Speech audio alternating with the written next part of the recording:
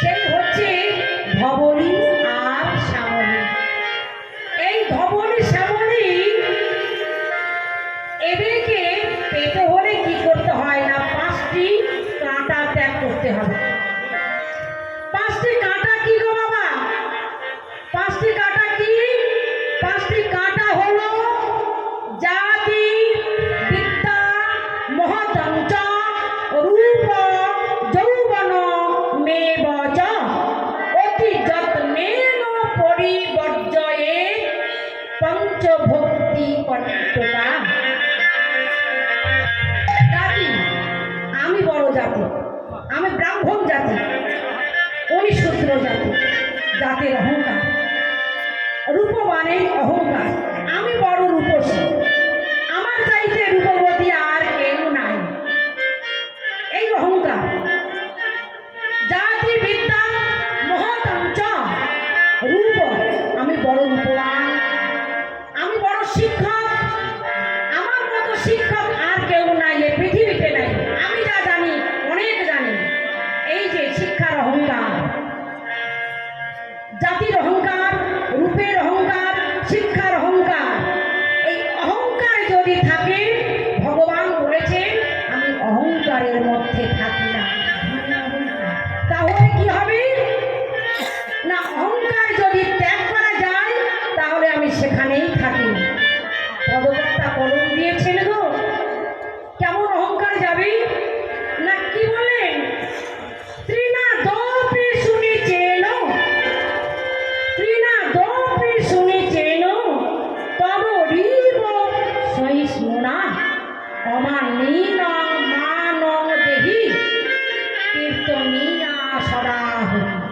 কি বলে, তৃণ অপেক্ষা ছোট না হলে, তৃণ তৃণ তৃণা দপি শুনিছেন, ঘাস, দুর্বা ঘাসের উপর দিয়ে আমরা মারিয়ে যাই, দুর্বা ঘাস কোনোদিন বলতে পারে আহ আমার লাগছে গো, তোমরা আমার উপর দিয়ে হেঁটো না, আমার উপর দিয়ে মারিয়ে যেও না, কিন্তু ব্যথা অনুভব করে, বলার শক্তি নাই, কারণ ঘাসের তো বাক শক্তি নাই, বাক অর্থাৎ কথা বলার শক্তি নাই, তাই লাগে ব্যথা, কথা বলতে পারে না, তাই চুপচাপ থাকে। আমাদের মানব দেহে যদি তদরূপ আমরা ওই ঘাসের মতো নিচু হই, তাহলে আমাদের ভগবান কৃপা লাভ হবে, নইলে ভগবান কৃপা লাভ হবে না। নিতাই নিতাই হরিনাম হরিবোল। ওই আমাদের তৃণের মতো আমাদের নিচু হতে হবে। আর কি করতে হবে জানো বাবা, একটা বৃক্ষকে যেমন আমরা আঘাত করি, কাটারি দ্বারা আমরা বৃক্ষটাকে কাটি, কাটি না, আমরা এই গ্রাম্য মানুষ, আমরা জ্বালানি হিসাবে আমরা কাঠ কাটি, ওই আম গাছটাকে যখন আমরা কাটারি দিয়ে কাটছি, ওই কি হয় জানেন তো বাবা, একটু আঠা বার হয়, আঠা বার হয় বটে, কিন্তু ব্যথা অনুভব করতে পারে না, লাগে বটে, কিন্তু কথা বলতেও পারে না। পদকর্তা কলম দিয়েছেন যে বৃক্ষের নিকট সহিষ্ণুতা না শিখিলে ভগবত কৃপা লাভ হয় না। বৃক্ষের মতো আমাদের নিচু হতে হবে। তৃণা দপি শুনিছেন তব রিব সহিষ্ণুনা অমানীন মানং দেহি কীর্তনিয়া সদা হরি। যারা কীর্তনিয়া হয় তাদের মন থাকবে সরল, তাদের মধ্যে কোনো অহংকার থাকবে না, গরিব দুঃখী, শিক্ষক শিক্ষিকা অশিক্ষা, তাদের সবাইকে বুকে টেনে নেবে। তাই গরু হরি আমার কি করলেন, ধমনী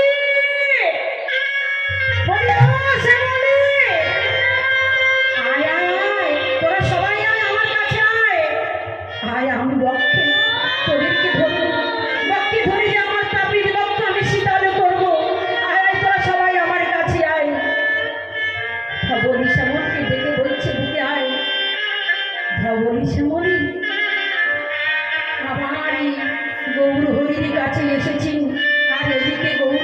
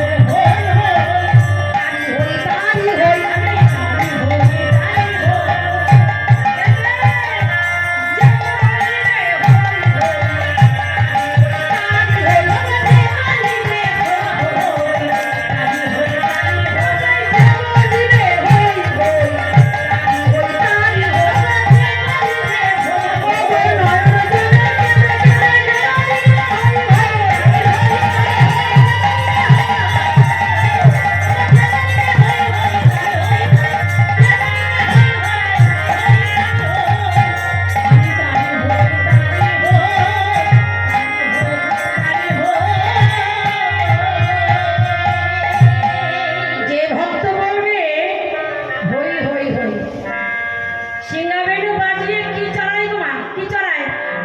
সিঙ্গা বেনু বাজাচ্ছেন না মহাপ্রভু আমার, সিঙ্গা বেনু বাজিয়ে গোধেনুর পাল চারণ করে।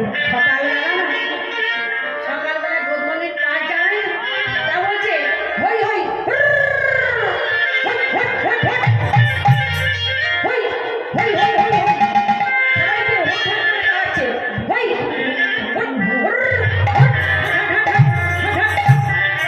বলছে তারই হই, তারই হই, তারই হই, যে বলে যে হই হই, তারই হই,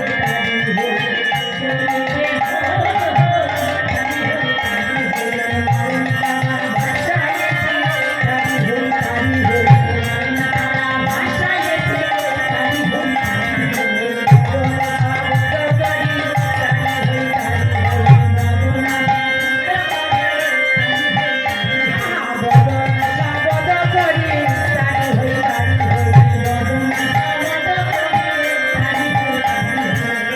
বলছে আমি তারই হই, যে বলবে শুধু হই হই হই, আমি তারই হই। তাই মহাপ্রভু আমার কি করলেন গো, কোলে টেনে নিলেন, বুকে টেনে নিয়ে বলছে এসো এসো, কোল দিচ্ছি, কোল। ভাবে বিভোর হয়ে গেছে, সবাইকে কোল জল দিচ্ছি, বলে এসো এসো আমার কাছে এসো বলছে। আর গোধন সব হই হই করে তাড়াই তাড়াই এগিয়ে যাচ্ছে। চেনা বেলো মুরলিত রিয়া জয়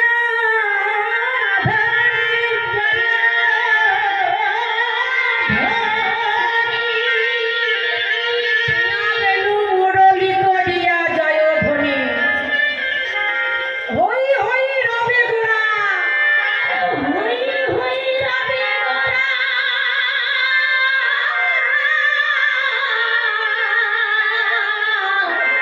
ফিরায়ে পাচুনি,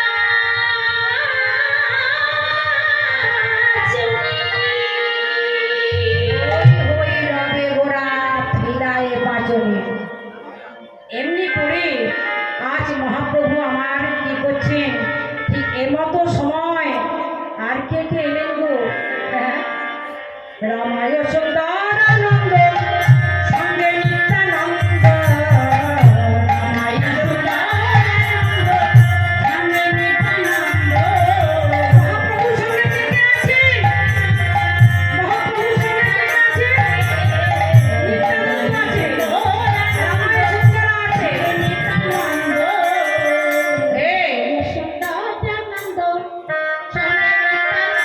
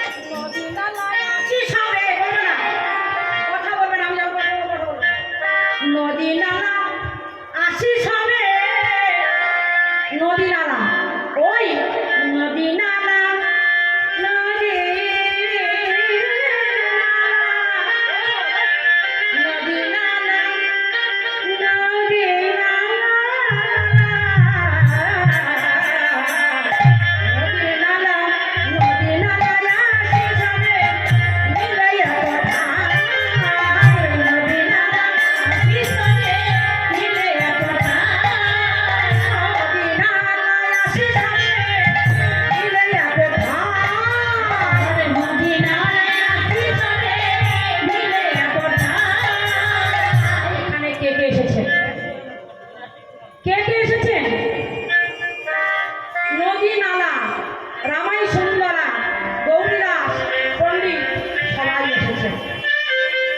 তাদের এখানে নদী নালা সবাই এসেছে। তারা সবে আসে মিলিত হলো, সবে আসে মিলিত হলো।